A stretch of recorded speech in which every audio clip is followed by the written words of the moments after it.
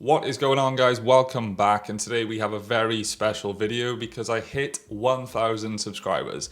Thank you all very much. That is absolutely sick.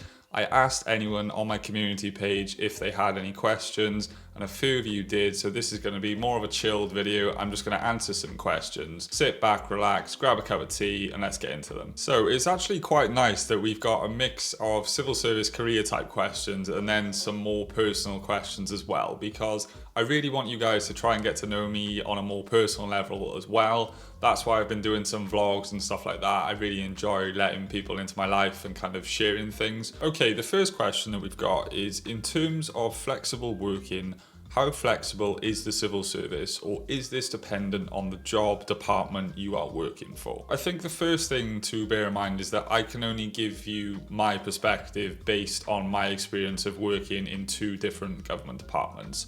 But overall, I think that the huge selling point of the civil service is the flexible working nature. I think that the civil service are very accommodating when it comes to different working patterns. And obviously we have the flexi system. I think the majority of government departments have flexi, and this is where you can say log on at 7 in the morning and finish at 3. So I think overall the civil service is very flexible when it comes to flexible working. I think that's a huge selling point for them, and I think that's why a lot of people go and stay in the civil service. However, I do think that this probably does vary based on the department that you're in and what role you're in. I imagine if you're on the phone with customers and maybe international time zones, etc., you probably have more of a rigid schedule in terms of maybe the phone lines need to be open from 9 to 5. So I guess that it does kind of depend on the role, but from my experience, it is very flexible. Okay, so there's also another question here, which is saying this YouTube channel is and will be useful for a lot of people. Thank you very much.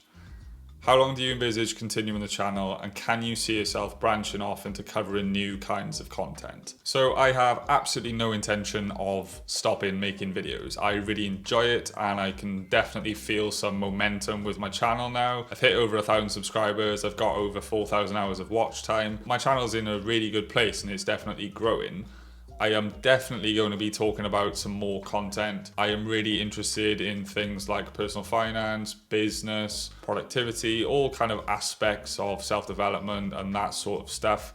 And I also really enjoy doing vlogs and the lifestyle kind of things. And I'm surprised I enjoy doing them because I didn't think I would, but I guess I've had such good feedback from my day in the life videos and my recent one where I went through a typical Saturday. I think those videos, a lot of people seem to engage with them, and I get comments from people, really personal comments, which is really nice. So I'm definitely going to continue with the channel. I'm definitely going to continue to do stuff around the careers and civil service stuff when I can. But yes, I'm definitely going to be doing some more content. And I guess my hope with my channel is that I know a lot of people will probably come to my channel for civil service stuff and then leave, and that's absolutely fine. But my hope is that people come to my channel, they see me, and maybe they kind of like the way I explain things, and then maybe they watch my other videos and think, you know, Jack's all right. I'll stick with Jack. I'll subscribe with Jack. And hopefully, if a small percentage of people do that, and people can get to know me on a more personal level, and we can kind of build an audience that way as well. So yeah, definitely big plans for YouTube. I have no intention of stopping anytime soon. For the next two questions, they're both kind of similar. They're both about grade. Everyone loves asking me about grade. I get asked about grade quite a lot, actually. So the first question is, what grade are you in the civil service, and how long did it take you to get there? I am an SEO, started in the civil service in, I think it was June 2018. Yeah, June 4th, 2018, on a Monday. I remember it well. I started as a HEO, so I came in a higher executive officer and as an analyst, and then I had two different roles throughout the next year. So that would have taken me into 2019. And then in my second role, I stayed in that role for a bit, and I got promoted, I think it was in April 2020. So yeah, over a year ago now. And then the next question is on a similar thing, which is, how easy is it to progress within the civil service? I wouldn't say that it's easy. I don't think it's easy to progress in any job. You know, there's always things that you need to be improving upon in order to progress. However, the thing that I would say is I think there's ample opportunity within the civil service to progress if you want to. I think one of the really good things about the civil service is that you'll notice when you join that people tend to move around departments quite a lot. You'll notice that people kind of go into a role for maybe a year or two, and then they kind of maybe go on a secondment, or they promote, or they switch to a different role. I don't know if it's easy to progress per se, but there is a lot of opportunity to develop and learn, which will ultimately mean that you progress. I am enjoying doing these questions. It's making me think quite a lot, and it's funny looking back on things in particular. This next question is, what made you go into data analysis, and did you always want to do that? I wouldn't say I always wanted to do that. No, not at all. I studied maths at university, so my degree is maths, stats, and operational research. And I got a first class maths degree, which is obviously really good.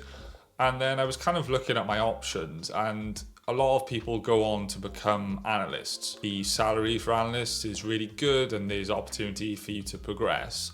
So I guess I kind of saw it as a natural progression from my degree. I was talking about this with a friend the other day, and I think one of the things I wish I did on my degree is maybe do a year in industry, because it's quite difficult, isn't it, when you finish university and you have no real work experience, and you're kind of wondering, I might like that, I might like that.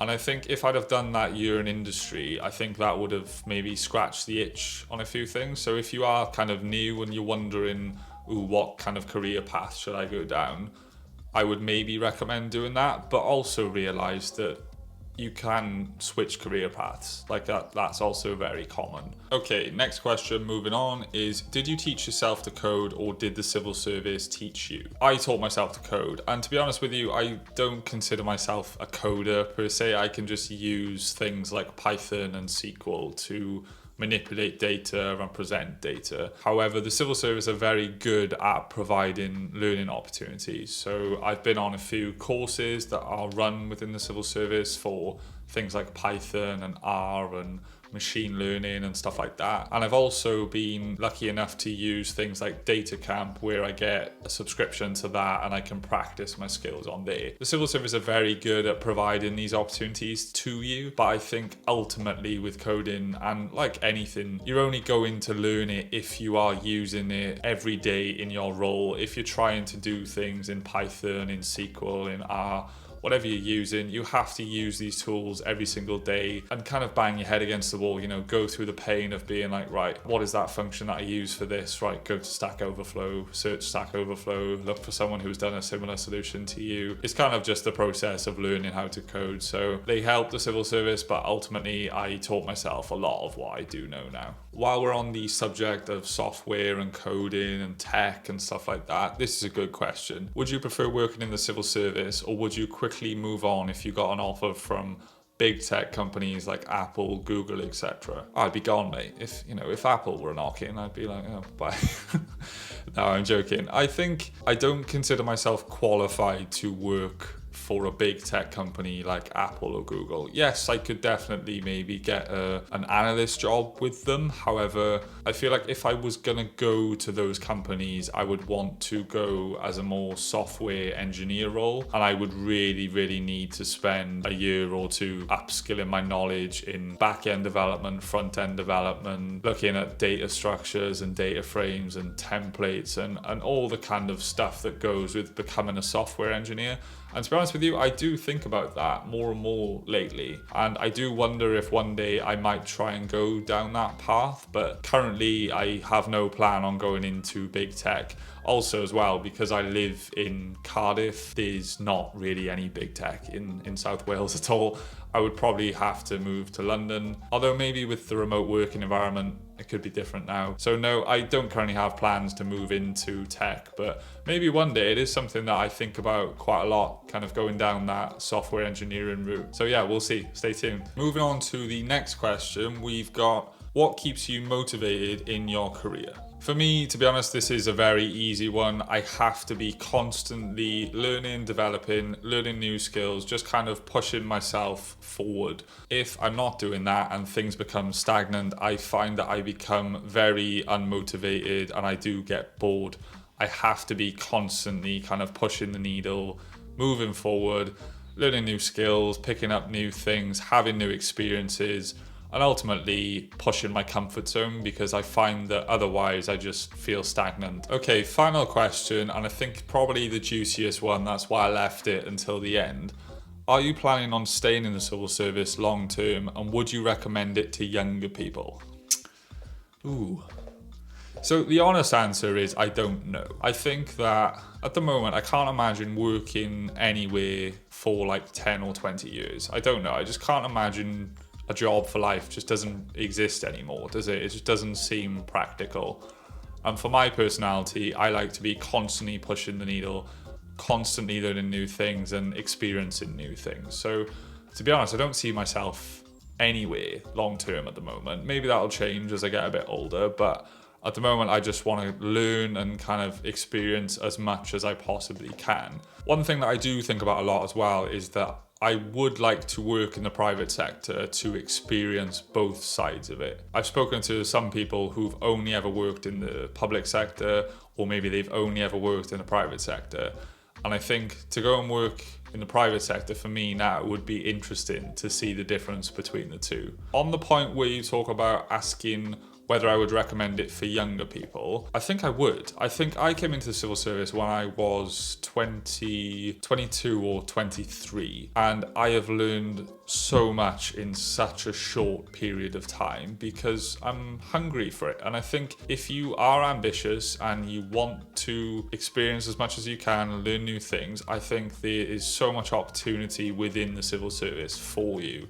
So I would definitely recommend it on that basis in terms of career progression, building knowledge, building your skills. But also the work-life balance is just absolutely fantastic, particularly for someone like myself. I have a few other things going on outside of work. Definitely is a good place for work-life balance. Like, there's no doubt in that either. The civil service has been great for me. I can't recommend it enough to people. So that is all for this Q&A, everyone. I hope you really enjoyed it. I really enjoyed answering these questions. I've been waiting to do a Q&A since I started this channel only 4 months ago. And yeah, it's been quite a journey so far. I just wanted to say thank you all very much for subscribing, commenting. Hopefully we can do another one of these at the next milestone, maybe 5,000 or 10,000. Who knows where this could go. Thanks very much for watching. Take care. And as always, I'll see you all very soon.